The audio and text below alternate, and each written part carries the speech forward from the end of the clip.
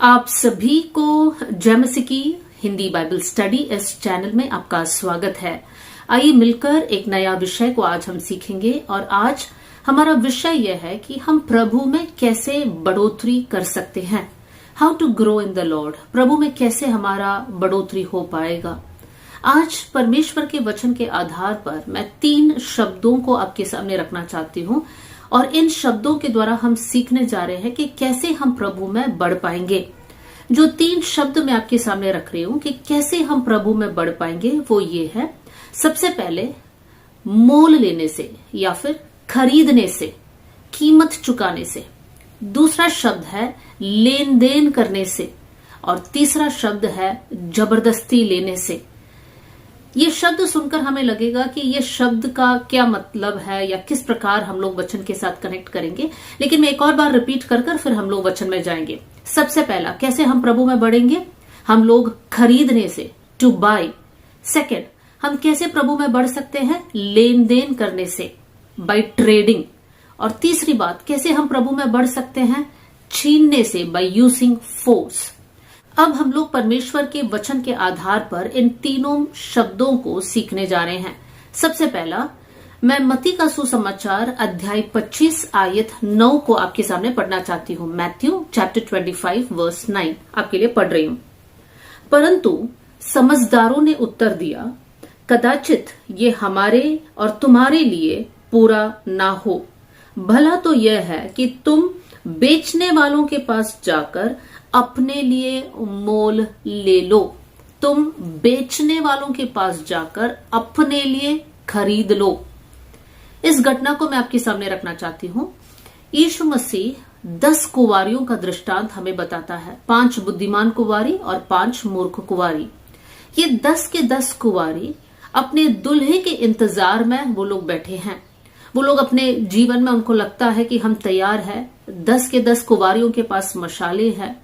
अब जब देर हो गई तो 10 के 10 कुंवारियां सो गए और जब बीच रात को जब उनको आवाज आई कि दुल्हा आ गया है तो ये 10 के 10 कुंवारियां उठती है, क्योंकि 10 चाहते हैं कि हम लोग अंदर प्रवेश करें। लेकिन इनमें से जब 5 कुंवारी, जिनको हम बुद्धिमान कुंवारी के नाम पर जानते हैं, जब इन्होंने अपना दिया को जलाया तब उन्हें पता चला कि उस दिया में तेल नहीं है। तो जो एक्स्ट्रा तेल वो लोग लेकर आए थे उसको दिया में डालकर उन्होंने जलाया। लेकिन बाकी के 5 कुंवारी, जिनको हम मूर्ख कुंवारी के नाम पे जानते हैं, वो लोग मूर्ख इसलिए है क्योंकि वो लोग दिया तो लिया था लेकिन एक्स्ट्रा तेल उन्होंने अपने साथ नहीं लिया। तो जब वो अपना दिया को दोबारा जला रहे थे तब उनके पास एक्स्ट्रा तेल नहीं था। तब ये 5 जिनके पास तेल नहीं है, उन 5 कुंवारियों से बोलते हैं जिनके पास तेल है कि हमें थोड़ा सा तेल दे दो क्योंकि हमारा दिया जल नहीं रहा है। तब ये 5 बुद्धिमान कुंवारियां कहते हैं कि हम दोनों के लिए ये पर्याप्त नहीं है, तुम जाओ और अपने लिए कुछ तेल खरीद लो। तो यहां से मैंने ये शब्द लिया है, प्रभु में बढ़ना है तो हमें तेल खरीदना है। मेरे प्रियो, खरीदने का क्या मतलब है? खरीदने का मतलब है कि हम एक कीमत चुका रहे हैं, हम कुछ दे रहे हैं तब हमें वापस कुछ मिलेगा। जब हम लोग हमारी परिस्थितियों के अनुसार बोलते हैं तो हम जब एक दुकान में जाते हैं, कुछ खरीदते हैं तो हमें वहां पर रुपये देना पड़ता है। तो हमारा करेंसी रुपीस है। लेकिन आत्मिक जीवन में जो कीमत चुकाना है तो उसका करेंसी क्या है? क्या देकर हम लोग प्रभु से कुछ पा सकते हैं? यहां पर ये 5 बुद्धिमान कुंवारियों के पास एक्स्ट्रा तेल था, जबकि 5 मूर्ख के पास एक्स्ट्रा तेल नहीं था, क्योंकि वो लोग बेचने वालों के पास जाकर अपने लिए खरीदा नहीं था। आत्मिक जीवन में इसका क्या मतलब है? क्या खरीदना है हमें?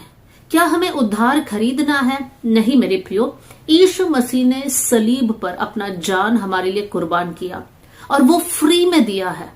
हमें कुछ भी चुकाना नहीं है, कुछ भी पैसे नहीं देना है या कोई और साधन हमें नहीं देना है कि हम उद्धार पाए।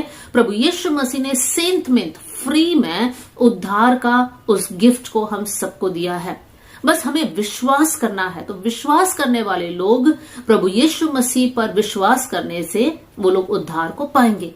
फिर यहाँ पर किस विषय में कहा गया है कि कीमत चुकाना है? जब हम लोग वचन पढ़ते हैं तो हम लोग इस बात को समझते हैं कि ये 5 बुद्धिमान कुंवारियों ने कुछ तैयारियों को किया। वो लोगों ने आगे की बातों को सोचा और अपने जीवन के लिए तैयारियों को किया। मेरे प्रियो, जब हम इस पृथ्वी में रहते हैं, हमारी आत्मिक जीवन के बारे में हमें कुछ बातों को सोचना है। हमें इस बात को समझना है कि एक दिन प्रभु यीशु मसीह आएगा, तुरही फूकी जाएगी। क्या मैं तैयार हूं, या फिर मैं सिर्फ अपने जीवन मेरी मर्जी के अनुसार जी रही हूं? मैं कुछ कीमत चुका रही हूं। मेरे प्रियो, अगर प्रभु में बढ़ना है तो एक कीमत चुकाना है। क्या है वो कीमत? जब आप समय निकालकर प्रभु के साथ समय बिताते हैं, आप प्रार्थना कर रहे हैं, आप वचन पढ़ रहे हैं, आप एक कीमत चुका रहे हैं और उस कीमत के जरिए आप प्रभु में बढ़ रहे हैं। जब आप उपवास लेते हैं, कुछ विषयों के लिए आप छुटकारा के लिए प्रार्थना कर रहे हैं, आप एक कीमत चुका रहे हैं। मेरे प्रियो, क्या वो कीमत आज हम चुका रहे हैं? जब हम पवित्रताई के जीवन को जीते हैं, जब हम लोग सांसारिक बातों में अपने आप को नहीं फंसाते हैं। हालांकि लोग हमें मूर्ख समझेंगे, लेकिन फिर भी हमने इस बात को ठान लिया है कि हम पाप में नहीं जिएंगे। हम संसार की बातों में, हम लोग आंखों की अभिलाषाओं में नहीं गिरेंगे, शरीर की अभिलाषाओं में नहीं गिरेंगे, जीविका की घमंड में हम नहीं गिरेंगे। जब हम इस प्रकार ठानते हैं और हम बुराई से दूर रहते हैं, तब हम एक कीमत चुका रहे हैं। जो लोग इस समय पर कीमत नहीं चुका रहे हैं, उनको ये समझना है कि जिस दिन तुरही फूकी जाएगी, हम स्वर्ग में उठा लिया नहीं जाएंगे। तो अगर हमारे जीवन को हमें आत्मिक रीति से आगे बढ़ाना है, कुछ कुछ बातों के लिए हमें रोक लगाना पड़ेगा। कुछ कुछ बातों को हमें करना है जो हमें करने के लिए हमारे लिए शुरुआत में वो आसान नहीं होगा, लेकिन मेरे प्रियो, कीमत चुकाइए। प्रभु के करीब आने के लिए अपने बिजी लाइफ से कुछ समय निकालिए। अपने उस समय से जहां पर आप संसार के लिए अब जी रहे हैं, उसमें से कुछ समय निकालिए। आराधना करें, प्रार्थना करें, परमेश्वर के साथ बातचीत करें, वचन को याद कीजिए। प्रभु से सुनने के लिए आप प्रार्थना करें। परमेश्वर से कहे, प्रभु आपकी आवाज मुझे सुनाना। आपका ध्यान स्वर्गीय बातों पर लगाइए। ये सारी बातें जब आप करते हैं, आप एक कीमत चुका रहे हैं, जिसके कारण आप परमेश्वर में बढ़ रहे हैं। हम में से बहुत से लोग कहते हैं, मुझे प्रभु में बढ़ना है, मुझे प्रभु में बढ़ना है, लेकिन जब हमारे जीवन को हम चेक करते हैं, कोई बढ़ोतरी नहीं है। पिछले साल जहां हम थे, वही आज भी हम हैं। क्या वैसा हमारा जीवन है? तो इसका मतलब यह है कि हम जो कीमत चुकाना है, नहीं चुका रहे हैं। मेरे प्रियो, प्रभु के लिए जो कुछ कर सकते हैं, हम लोग करने वाले बन जाएं। दुख उठाने के लिए हम तैयार रहे। बहुत से वक्त जब दुख उठाने की बारी आती है, तब हम विश्वास से पीछे हट जाते हैं। ऐसा नहीं होता, वो नहीं होता, ऐसा नहीं करना चाहिए। हम लोग अलग अलग एक्सक्यूज बोलते हैं, बहाना बोलते हैं और हम पीछे हट जाते हैं। कीमत चुकाना मतलब प्रभु यीशु मसीह के खातिर दुख उठाना है। लोग निंदा करेंगे, सताव होगी, लेकिन इन सारी बातों के बीच में भी जब हम खड़े रहते हैं, आप कीमत चुका रहे हैं। आइए हम लोग दूसरे शब्द की ओर जाएंगे, और दूसरा शब्द है लेन देन करना, ट्रेडिंग करना। हम लोग मत्ती के सुसमाचार अध्याय 25 हम पढ़ेंगे आयत 16 को। Matthew chapter 25 verse 16। इस प्रकार वहां पे लिखा है, तब जिसको 5 तोड़े मिले थे, उसने तुरंत जाकर उनसे लेन देन किया और 5 तोड़े और कमाए। इस दृष्टांत को हम जानते हैं, ये तोड़े का दृष्टांत है। एक स्वामी है जो अपने दास को बुलाता है और उन दासों को कुछ तोड़े सौंपता है। एक को 5 तोड़े देता है, दूसरे को 2 और तीसरे को 1। तीनों को तोड़े सौंपता तो है, लेकिन कुछ नहीं कहता है क्या करना है, कैसे करना है, और स्वामी एक दूर यात्रा में चले जाता है। लेकिन स्वामी वापस आता है और स्वामी इन तीनों सेवकों से हिसाब किताब को लेता है। हम जानते हैं, जिस व्यक्ति के पास 5 तोड़े थे, वो आकर कहता है कि स्वामी, आपने मुझे 5 तोड़े दिए, मैंने 5 और को कमाया और अब ये रहा आपके 10 तोड़े।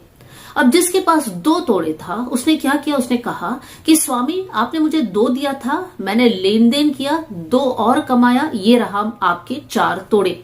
लेकिन जिसके पास 1 था, उसने स्वामी से कहा कि जो आपने मुझे दिया, ये वही तोड़ा है, मैंने उसे कुछ नहीं किया क्योंकि मैं डर गया था और मैंने उसको मिट्टी में खोदकर मैंने उसको छिपा कर रखा। तो हम जानते हैं, स्वामी पहले 2 सेवकों से कहता है, तुम धन्य और विश्वास योग्य दास है, थोड़े चीजों में विश्वास योग्य रहा, मैं तुम्हें बहुतों का अधिकारी बनाऊंगा। लेकिन जिसके पास एक था और उसने लेन देन नहीं किया, उसने नहीं कमाया, स्वामी उससे अप्रसन्न होकर कहता है, हे दुष्ट और आलसी दास। मेरे प्रियो, जो शब्द मैं आपके सामने रखना चाहती हूँ वो ये है, अगर हमारा स्वामी हमसे प्रसन्न होना है, अगर प्रभु यीशु मसीह हमारे जीवन से प्रसन्न होना है, तो हमारे जीवन में कुछ लेन देन होना बहुत जरूरी है। क्या है ये लेन देन? मेरे प्रियो, लेन देन प्रभु के साथ और प्रभु के लोगों के साथ के संगति के द्वारा होता है। मेरे पास जो गिफ्टिंग्स है, मेरे पास जो वरदान है, और आपके पास जो गिफ्टिंग्स है, जो वरदान है, जब हम लोग संगति करते हैं तब क्या हो रहा है कि मैं अपने गिफ्टिंग्स को आपको दे रही हूं और आपका मैं प्राप्त कर रही हूं। ये हर समय नहीं होता है, लेकिन काफी बार हम लोग एक दूसरे से प्राप्त करते हैं। अब इसके लिए एक दूसरा पक्ष भी है। कुछ लोग इस विषय में बहस कर सकते हैं, प्रभु अपनी इच्छा के अनुसार लोगों को वरदान देता है। हाँ, ये सच है, प्रभु अपनी इच्छा के अनुसार लोगों को वरदान देता है। लेकिन ये भी सच है कि हम लोग जब संगति करते हैं, हम एक दूसरे को बढ़ा सकते हैं। कैसे बढ़ा सकते हैं? लेन देन के द्वारा। मतलब हम भी बढ़ रहे हैं और दूसरों को भी हम बढ़ा रहे हैं। ये लेन देन का कैलकुलेशन, इसका सिद्धांत सांसारिक कैलकुलेशन से कुछ अलग है। मैं समझाती हूँ आपको। अगर मेरे पास 3,000 रुपया है और मैं आपको 1,000 रुपया देती हूं, तो इसका मतलब है अब मेरे पास 2,000 रहा है और आपके पास 1,000 है। तो जब मैंने लेन देन किया तब मेरा घट गया, जब मैंने आपको दिया तो मेरा घट गया। लेकिन जब मैं आपसे लेती हूं तो आपका कम होता है, लेकिन मेरा यहाँ पर अमाउंट बढ़ रहा है। लेकिन संसारिक कैलकुलेशन नहीं है जो आत्मिक कैलकुलेशन है। प्रभु यीशु मसीह का कैलकुलेशन बहुत अलग है। मेरे प्रियो, आप जानते हैं वो कंगाल स्त्री जिसके पास सिर्फ 2 दमड़ी था, और जब वो बहन आकर 2 दमड़ी को डालती है, यीशु मसीह उस बात को देखकर कहता है, जिन्होंने थैली भर भर के डाला उनसे भी ज्यादा ये स्त्री ने डाला है, क्योंकि उसने अपना सब कुछ दे दिया है। जब हम एक मानवीय दृष्टि से देखते हैं तो हमें ऐसा लगता है थैली भरकर पैसे और 2 दमड़ी, कौन सा ज्यादा है? जिसने थैली भरकर डाला वो ज्यादा है। लेकिन प्रभु यीशु मसीह का कैलकुलेशन अलग है। वैसे यहां पर भी स्वर्गीय कैलकुलेशन अलग है। क्या है यहाँ का कैलकुलेशन? जब मैं आपको देती हूं तो मेरे जीवन में कुछ भी नहीं घटता है, लेकिन आप और ज्यादा प्राप्त करते हैं। जब मैं आपसे कुछ लेती हूं तो आपका घटता नहीं है, लेकिन मैं और ज्यादा बातें प्राप्त करती हूं। मैं उदाहरण के लिए कुछ बातों को आपके सामने रखती हूँ। जब पतरस कुरनेलियुस के घर गया, है ना, पतरस ने एक दर्शन देखा था और उस दर्शन के आधार पर कुरनेलियुस के घर गया और वहां पर पतरस प्रभु यीशु मसीह के बारे में वचन से कुछ बातों को समझाता है। और वहां पर हम पढ़ते हैं कि जैसे ही पतरस वचन से बोल रहा था, सुनने वाले लोगों के ऊपर पवित्र आत्मा उतर कर आया। किसके जरिए यह हुआ? हाँ, प्रभु ने पवित्र आत्मा का वो गिफ्टिंग्स लोगों पर दिया, लेकिन परमेश्वर ने किसको इस्तेमाल किया? पतरस को इस्तेमाल किया। पतरस के द्वारा वो लोग पवित्र आत्मा पाए। क्या पवित्र आत्मा जो पतरस के अंदर था वो खत्म हुआ? नहीं, पतरस के अंदर अभी भी पवित्र आत्मा की परिपूर्णता है। लेकिन जब पतरस उन लोगों के साथ मुलाकात करता है तो पतरस के द्वारा वो लोग भी पवित्र आत्मा को पाते हैं। मेरे प्रियो, एक और उदाहरण को आपके सामने रखना चाहती हूँ। हम लोग व्यवस्था विवरण ड्यूटेरोनोमी चैप्टर 34 वर्स 9, अध्याय 34 आयत 9 को जब हम पढ़ते हैं, वहां पर हम मूसा और अपना चेला यहोशू के बारे में हम पढ़ते हैं। और नून का पुत्र यहोशू बुद्धिमानी की आत्मा से परिपूर्ण था, क्योंकि मूसा ने अपने हाथ उस पर रखे थे। हम व्यवस्था विवरण में क्या पढ़ रहे हैं कि मूसा ने अपना सेवक या अपना दास यहोशू पर हाथ रखा और मूसा के हाथ रखने से यहोशू के अंदर बुद्धिमानी की आत्मा आ जाता है। मेरे प्रियो, लेन देन हो रहा है। क्या मूसा अपने वरदान में कम हुआ? नहीं, लेकिन मूसा के जरिए यहोशू कुछ बातों को प्राप्त करता है। मेरे प्रियो, ऐसे अनेक उदाहरण हम लोग बाइबल में देख सकते हैं जहां पर एक व्यक्ति के जरिए दूसरा व्यक्ति या अनेक लोग कुछ बातों को प्राप्त करते हैं। आज हमें समझना है, प्रभु ने हमें तोड़े दिया है और हमें उसके लेन देन करना है। मेरे प्रियो, मेरे पास जो है वो मेरे जीवन के जरिए दूसरों के पास पहुंचना है। अगर प्रभु ने मेरे जीवन में आनंद दिया है और मैं किसी ऐसे व्यक्ति से बात करूं जो बहुत उदास है, तो मुझे समझना है मेरे बातों के द्वारा, मेरे लेन देन के द्वारा वो व्यक्ति के अंदर भी आनंद आ जाना चाहिए। कैसे होगा? हाँ, वैसे होगा। अगर मैं पवित्र आत्मा के गाइडेंस के अनुसार चल रही हूं, अगर आप पवित्र आत्मा की अगुवाई के अनुसार चलते हैं, तो ऐसी बातें परमेश्वर हमारे जीवन के जरिए करेगा। मेरे प्रियो, बहुत से वक्त ना हम दूसरों को देखकर ये ऐसे मन में आता है, उनका लाइफ प्रभु में कितना स्ट्रांग है, कितने देर वो लोग प्रार्थना करते हैं। इनका प्रार्थना का जीवन को देखकर मुझे ऐसा लगता है मुझे भी ऐसे ही करना है। देखिए हम क्या कर रहे हैं, हम कुछ ले रहे हैं। हम लोग प्रभु के लिए जो लोग खड़े हुए हैं उनके जीवन के बारे में पढ़ते हैं, सुनते हैं और हमारे अंदर उत्साह आ जाता है। पंडित रमाबाई के बारे में हम पढ़ते हैं, कैसे वो प्रभु के लिए सेवा किया, तो हमारे अंदर भी उत्साह आ जाता है। वो बहन जैसे प्रभु के लिए खड़ी रही, इस पीढ़ी में मुझे खड़े रहना है, आपको खड़े रहना है। इसलिए मैं आपको उत्साहित करूंगी कि जितने भी प्रभु के दास दासियां उनके बारे में पढ़िए। जॉर्ज मुलर हो गया, रेनार्ड बॉन्के हो गया, पास्टर पॉल योंगिचो हो गया, तो ये सारे लोगों के बारे में जब हम पढ़ते हैं, विलियम केरी हुआ, कैसे वो लोग प्रभु के लिए दुख उठाए, कैसे उनके जीवन के जरिए दूसरे लोग आशीषित हुए। मेरे प्रियो, ये हमारे लिए एक लेसन है कि हम भी प्रभु के लिए इस पीढ़ी में कुछ कर सकते हैं। उस पीढ़ी के लिए प्रभु ने उनको रखा था, तो इस पीढ़ी के लिए परमेश्वर ने हम सबको रखा है। हमें परमेश्वर के नाम को ऊंचा उठाना है और हमें एक दूसरे को बढ़ाना है। हमें खुद बढ़ना है और दूसरों को बढ़ना है। कैसे? लेन देन के जरिए हम खुद भी बढ़ेंगे, दूसरों को भी बढ़ाएंगे। मेरे प्रियो, उत्साहित रहिए। अगर आप निराश है तो आप ऐसी कोशिश कीजिए कि आप ऐसे व्यक्ति के साथ बात करें जिसके जीवन में निराशा नहीं है। अगर दो लोग जिनके दोनों के अंदर निराशा है और वो लोग आपस में बात कर रहे हैं, उन लोग कैसे एक दूसरों को बढ़ाएंगे? इनफैक्ट दोनों की निराशा बढ़ जाएगी। वैसे ही हमारी प्रार्थना का जीवन, हमारी पवित्र जीवन, इन सारी बातों को हम लोग लेन देन करने वाले बन जाए। तो हमारी संगति पर हमें बहुत ज्यादा ध्यान देना है।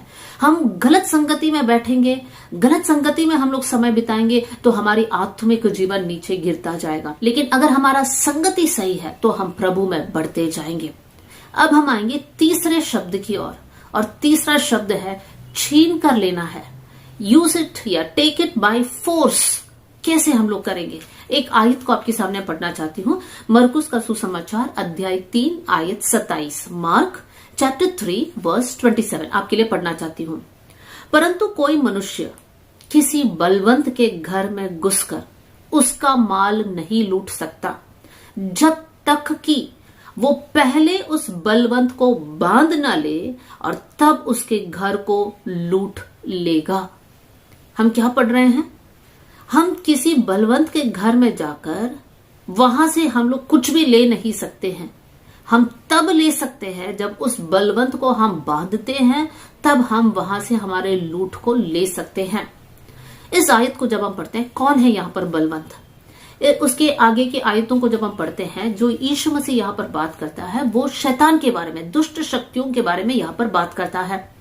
हाँ, बलवंत जो शब्द है शैतान के लिए यूज किया क्योंकि शैतान के पास बल है। इसका मतलब ये नहीं है कि हम कमजोर है, हमारे पास उससे भी ज्यादा बल है क्योंकि प्रभु यीशु मसीह हमारे साथ है।